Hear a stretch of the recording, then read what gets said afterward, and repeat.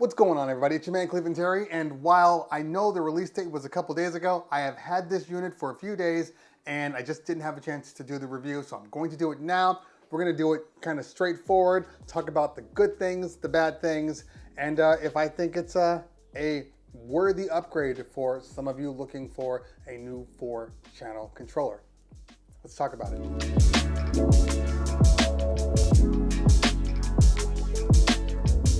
So this is what we do. We talk about all things DJ related, gear reviews, tech tutorials, gig logs. If any of those things sound interesting, hit that subscribe button. Make sure you follow me on the Instagrams also, because I do a lot of content there too. But that is not the reason why we are here. We are here to talk about the Opus Quad. And the name itself lends itself to being something kind of truly unique, truly a big deal. And it is a big deal. But I don't think it's a big deal for the reasons that a lot of people are talking about in their reviews. So I'm going to just share my perspective on it and again, talk about what's good about it. What's good? First of all, let's get the elephant out of the room here. This guy right here is a truly different design choice. A lot of people have compared it to the Atari game systems of the past, and while there are some similarities, there are clearly some extreme differences. But the first thing I will say is the design is polarizing. It's 100% a love it or hate it, maybe accept it kind of thing, but mostly a love or hate thing. And I can kind of understand because it is a paradigm shift in how Pioneer DJ has made products. This is truly something very unique, very outside the norm, while retaining the normal things that we all come to expect from a DJ controller. But just from a design perspective, it's out there. As far as the kind of strange shape, it's no longer a box, it's got these kind of wings, and the rounded front end, the elevated front to back, this kind of angled control system right here. All of these things are very different than what everybody else is putting out right now. So I guess the question is, did Pioneer make a bad decision or a good decision on this? And I'm going to say it's a good decision. I'm actually going to say it's a much needed decision. I truly believe in right now, in 2023, we are dealing with the same thing we are dealing with our cell phones. All the things look exactly the same. You're not going to have a lot of updates to this because how much more can they do? A glass panel is a glass panel. And I think that's kind of where we are with controllers. We need to feel like what we're using is our own stuff, if that makes any sense, which is why we have people that take their controllers and put skins on them and they do all these things. This is for individuality, and I think this is probably the first controller that looks and feels different than everybody else. It's one of those controllers that people are going to talk about if they see this out and about. Now, out and about is a relative term because it is not a light controller. It's big, it's cumbersome, it's weighty, it's a beefy machine. So this isn't something that I would necessarily take on an every weekend kind of party thing. I would take it to a one-off, and I think that's where Pioneer's headed based upon their ads and the documentation that they've sent me. A lot of these things are more, high-end, bougie, ritzy establishments where it's not your typical event. Maybe you're DJing for the stars, or you're at a Hollywood premiere DJing. This is the kind of board that they see DJs using. Now, it's a heavy board, and because of the odd shape, we're already dealing with the situation of how do we transport this thing. Now we have to have a case that is completely custom made because with the wings and the front and everything the way it's designed here, I don't know if this will fit in a standard box. You're gonna have to have space for the front. As you see, this thing kind of tapers in, and then for the back where you have the screen that obviously extends out, similar to the Prime 4, but the Prime 4 was a box. This is not a box, and then you have your sides. So in my opinion, it's going to be more of a specialty device or an installation device, because as far as what the controller can do, it's absolutely amazing what it can do. We're going to talk about that in a minute. That's my favorite part of this whole thing. But let's take a look at the board real quick. Now with the matte black design featuring the rose gold, it kind of takes me back to the days when, when we used to have like Motorola's. the flip phones, and remember that black and gold, that was like the hottest seller. You notice that the Rev 7 came out with the Guitar Center exclusive. It's black and gold, hot seller. People want that thing. By default, you do have this kind of yellowish gold coloring on here, and it's a very good color, but if you don't like that color, you literally just go to the utilities and then you just change the ring. See, and you have options to change every single deck. There are 4 decks, so you can change every deck to make them the color you want. But you have your yellow, red, purple, which is actually a really cool purple, blue, green, teal, aqua, coral pink. I like that kind of hot pink. And if you notice too, it does change the deck button also. Pink, I don't know that I would call that a pink, but that's okay. Light yellow, and then white. Now, along with the rings changing colors, you do have your decks that change colors, and then of course your load that changes color. So that's really good to kind of get a quick view of what you are doing. The jogs, definitely CDJ 3000 style jogs. They feel really good. As you've noticed here, there is a difference in the jog. There is this new design that they have coming on. It doesn't affect the way you DJ. In fact, I didn't feel it at all. It still operates exactly the same. Now the top panels are rather smooth, but it didn't really get in my way. I do want to point out though that it's a little weird that when you load in a song, all you have is the ring and then your play ahead. So I don't know. For me, something this expensive, I feel like there should have been more in the jog. Now, of course, they've removed the information in the jog and put it in these high resolution secondary screens here, which is fantastic. But I don't know, I feel like something else should have been in the jogs. Even if they had the option of putting your logo in, just your logo, like I think that would have been really, really good. I don't know, I think it takes away a little bit from the kind of full design beauty of this thing as you're looking at the screens and you're looking at the displays, and then you get to the jogs and they're just very, very basic. It kind of takes me out of the cool design of the entire system here. Now, there are some things that the jogs do. As you can see here, the cue point here is red because it's matching the cue point that I have established. So my first cue point, my hot cue is red, so it's red here and red here. So that's telling you that when I hit the cue, it's gonna go to this cue point.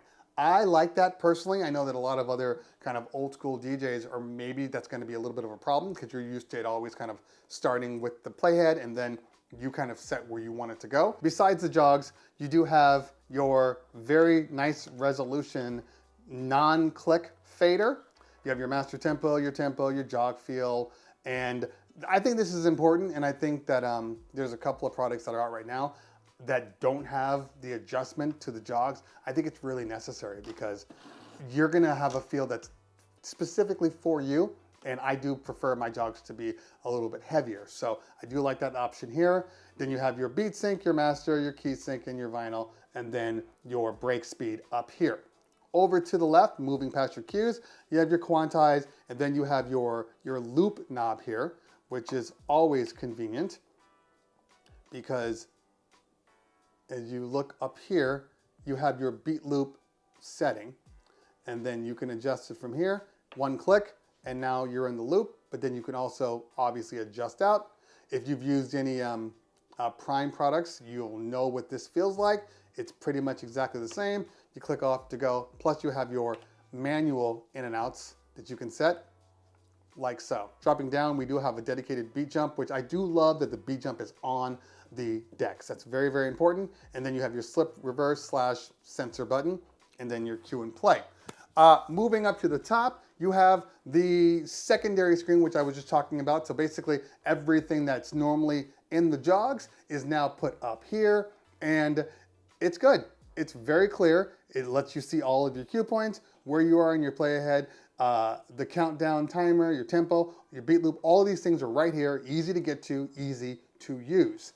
Then if you move over to 2 and 4, you can see the color changed, and then we have the information. Now, one of the things that you can see here is that your defaults will always adjust on the new system, so you have to readjust those. Now, let's move over to the main mixer where you have your 4 decks. I do want to point out that the 4 decks are legitimately 4 decks that are usable via record box. I can load any track into any deck and there's no issue whatsoever. The same thing applies if I open up, say, record box on the computer and I plug that in and I go HID mode. I can do the same thing. I can load that on any deck that I want. So it's truly open, which is a great thing.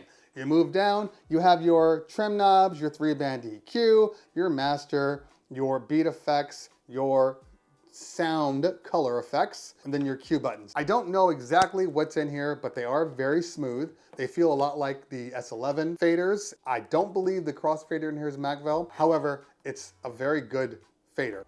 Moving over to the microphone, excellent. You have a 3-band EQ with an off and on and a talkover. That's great. But what's even better is it's an XLR combo jack, and on the front side, you have a secondary XLR combo jack with an additional 3-band EQ with its own talkover, by the way. I don't think I've ever seen that. Usually there's a compromise on the secondary channel, not so on this one. That's fantastic, love it. And then you have your headphone cue with a level and a master. Now on the other Pioneer systems, usually there's like an actual button you have to press to get the sound from the master into your headphones. They've done away with that. It's just in your headphones, and it is good. You do have split cue option. It's not a hardware feature, it's a software feature, which we will talk about in a minute, but I didn't have a problem DJing with it with either or. They were both very good. Okay, let's move over to the effects, because the effects are different now. Obviously, if you haven't noticed around the entire board, there are far less buttons than usual. If you were to compare this to like an XZ or an RX3, where it feels like there's just buttons everywhere, there are very few buttons. What they've done is they have now replaced the buttons for software buttons. And what a joy it is to get rid of a whole bunch of stuff that you don't need, but also makes it easier for you to do certain things. So for instance, in the beat effects, if you turn the knob, you do have the effects pop up on here, and then you can change to whatever effect you want. In this case, we're going to use delay. Now, once you've done delay, you can then affect the beat parameter with this parameter right here, and then you can get granular and affect the actual tail, or how long it's on, and then you have your depth knob, and then you're on and off. Here's the thing. Obviously, there's no switch that you switch to be able to change to channel 1, channel 2, master. They're all up here. So it kind of reminds me of like the old school SX2s and SX3s, where they used to have the buttons up top, and then you could select that, and then that's when the effect would happen. So this is a really, really cool thing, because now you can see just by hitting it where you are. If you're playing in the dark, like a lot of us do at clubs, that always frustrated me, not being able to see what my effect was on. If you turn it on, obviously your master will be activated, and there's no way, which would have been even better, maybe they can do this in a future thing, I would love for, when I press this button, for the effects to actually kick on. I'd love to be able to toggle through that, like give me the option, like if I press it, it's gonna turn the effect on, or I can choose to do it via the button. I would love that. That would be fantastic. We're gonna talk about the screen last, because that's gonna branch into my thoughts on the entire system here. But as far as your inputs and outputs are concerned, you have your standard master left and right. You also have a zone left and right, a balanced 1/4 inch out for the booth, and then 2 RCA line inputs for CDJs or turntables. Then you have your balanced mic, your power, and a standard IEC plug. And then for your USB inputs, you do have a lot of options on this one. You have 2 5-volt USBs right on the top, which we are obviously familiar with. But on the back side, you have a high-speed USB 3 A port, and then a USB-C port. So the C port is going to be for your computer, and that always takes a while to get used to. And I will be really happy when all of these companies are just all over on USB-C. We're in this weird transition period. It's all gonna move over at some point, but we're not there yet. I do appreciate Pioneer for at least giving the options, because I think this is where we're headed anyway. And if you're using any type of computer, especially Mac, you're on USB-C anyway. So why keep bringing out adapters? Speaking of the back panel, we do have a zone output. If you don't know what a zone is, basically Imagine you have your main output that's going out of your main speakers, and you have maybe a secondary speaker that's going for cocktail, or that's going into another room or another party room. And maybe that other party room or that cocktail wants specific music while you are trying to DJ in the main room. That's where the zone comes in. The last thing I'll talk about before I move over to the software is the booth knob. Now, I am not a fan of the placement of the booth knob. I think it's too far away from what us DJs are usually doing, and that's working right here. And I wish that the beat knob had been placed here, because it feels weird having to reach over to the booth to turn it up, turn it down. I'm constantly turning my booth up and down, literally the entire time I'm typically DJing in a club. So the booth being here feels weird. Okay, let's talk about the most important part of this system here. In my opinion, it's not even the design of this guy, which I do truly believe is very, very important.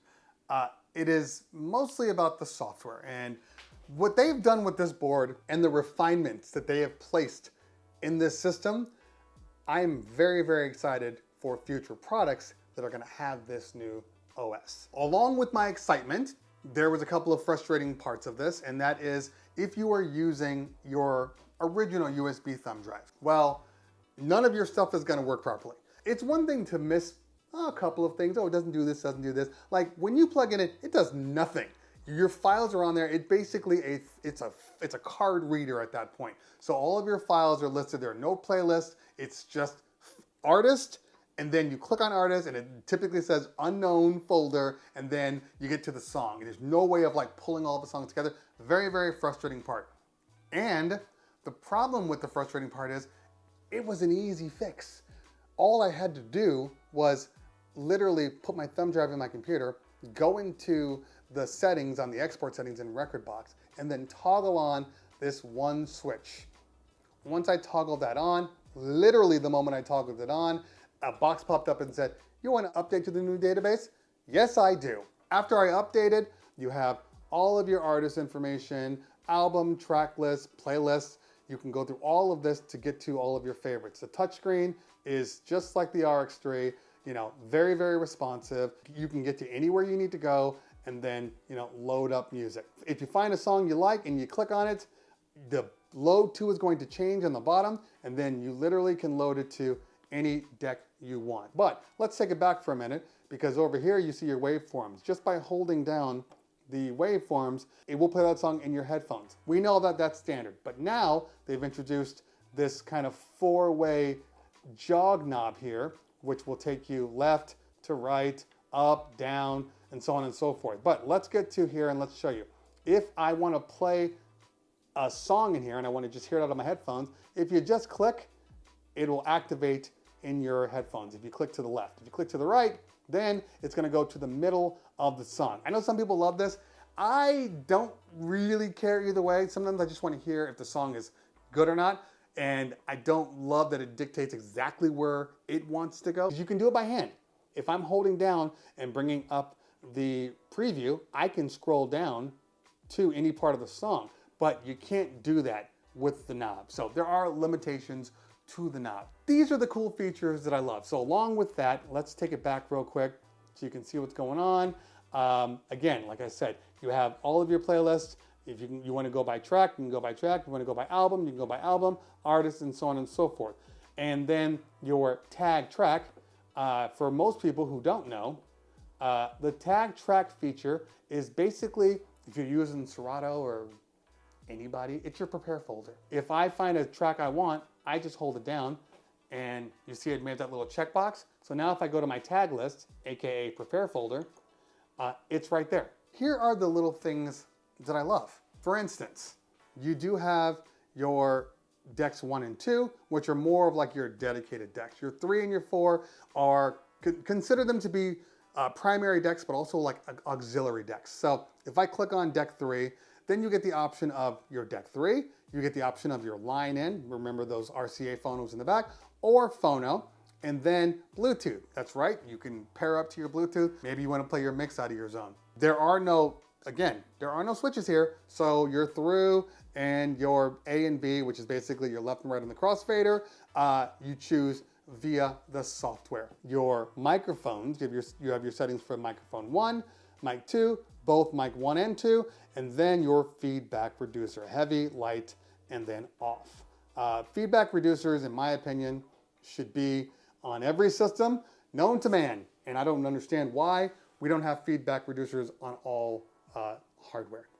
Doesn't make sense. The last thing we will talk about is, it's actually one of my favorite things. It's always been my favorite thing on the S11 and on the Ref 7, but now we have Smooth Echo on a controller. With the Smooth Echo, you do have your volume knob to be able to set exactly how loud you want it, and then by holding down the on button, it brings you to all of your options for establishing what you want your Smooth Echo to be. You want it to be in half beats, you want it to be in quarter, 1/8, 1, 2, blah, blah, blah, and then the number of beats it takes for it to actually register, and then which ones you want to actually queue up. Very, very easy to adjust, and I'm a big fan of it.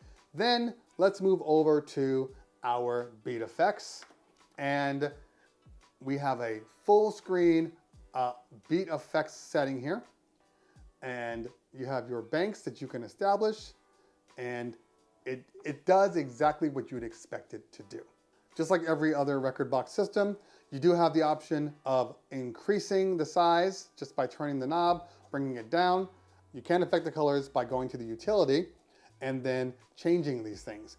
The waveform color, you have blue, you have RGB, and you have 3-band. Now, this is the funny thing. This is what I was saying. Before I updated my database, and this guy works just fine on the RX3, but before I updated the database, the waveform colors were completely grayed out. I didn't have the option of even making those changes. And then you have the option of doing the time, the auto cue, and your quantized settings here, and then your hot cue auto load, which is on, but you can change that to off or go into your settings and do that.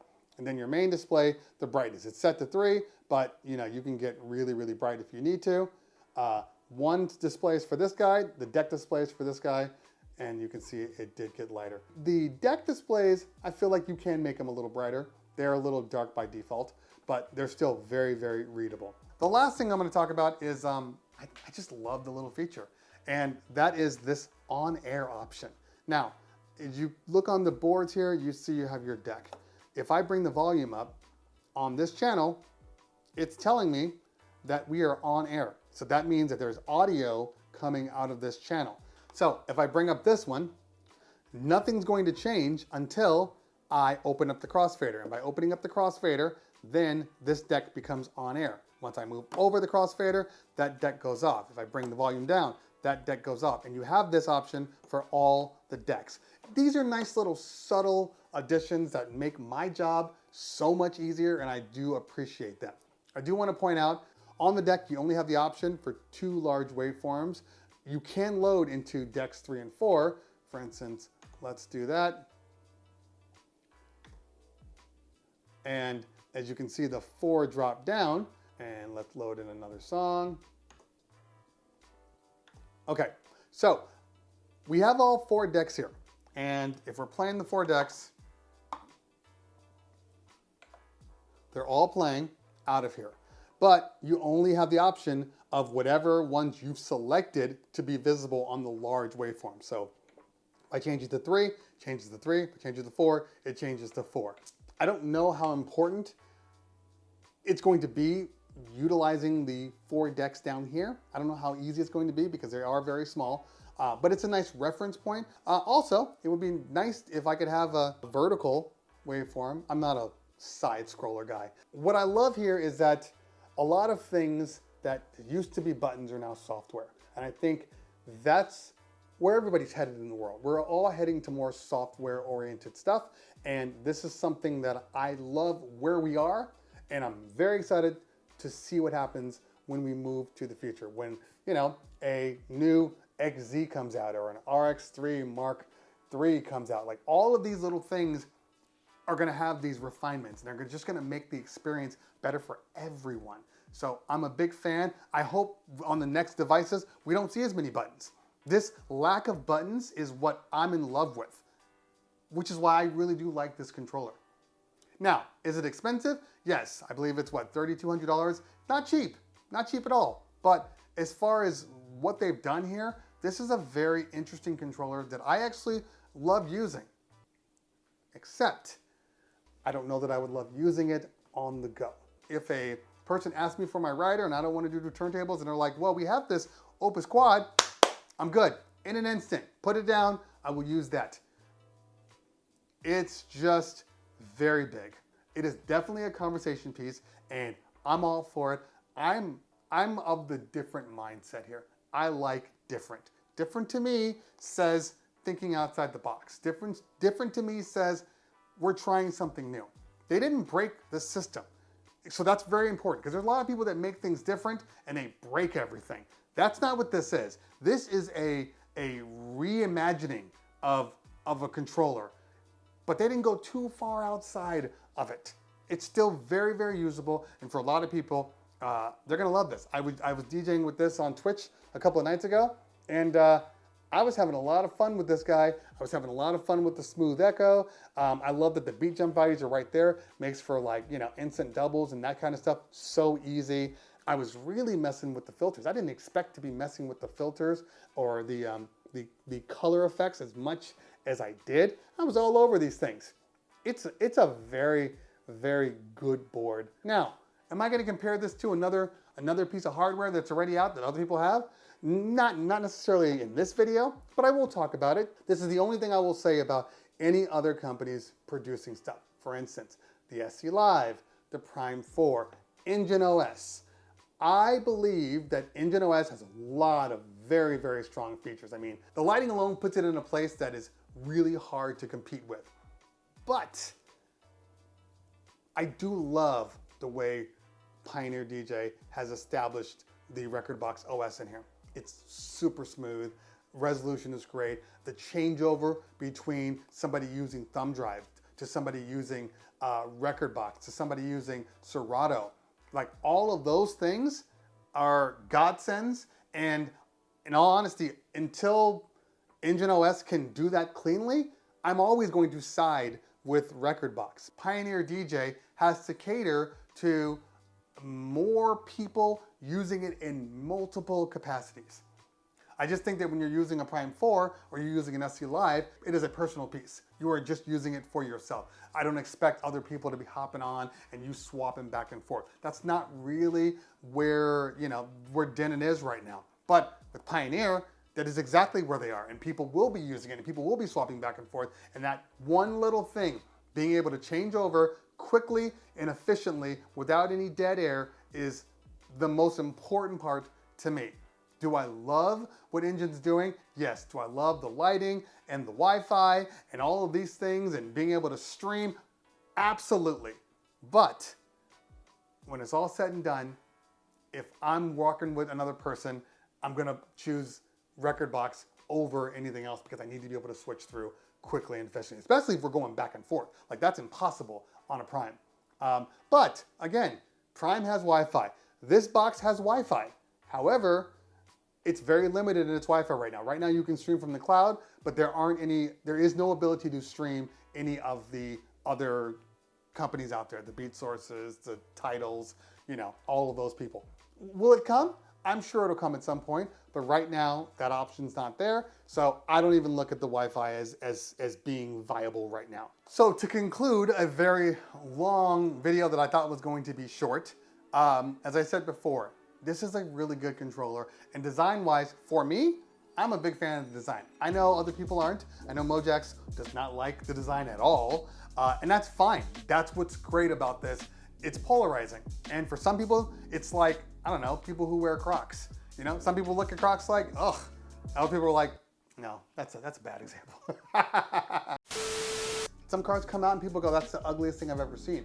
Other people talk about how brilliant and it's the best thing they've ever driven and they love looking at it every day of the week. That's what this is. It's still a car, okay? You can still get from point A to point B, but for some people, aesthetically, they're not gonna like it. Other people, they're going to love it. I fall in the love category, but I don't fall in the love category if I have to transport this thing around because it is big.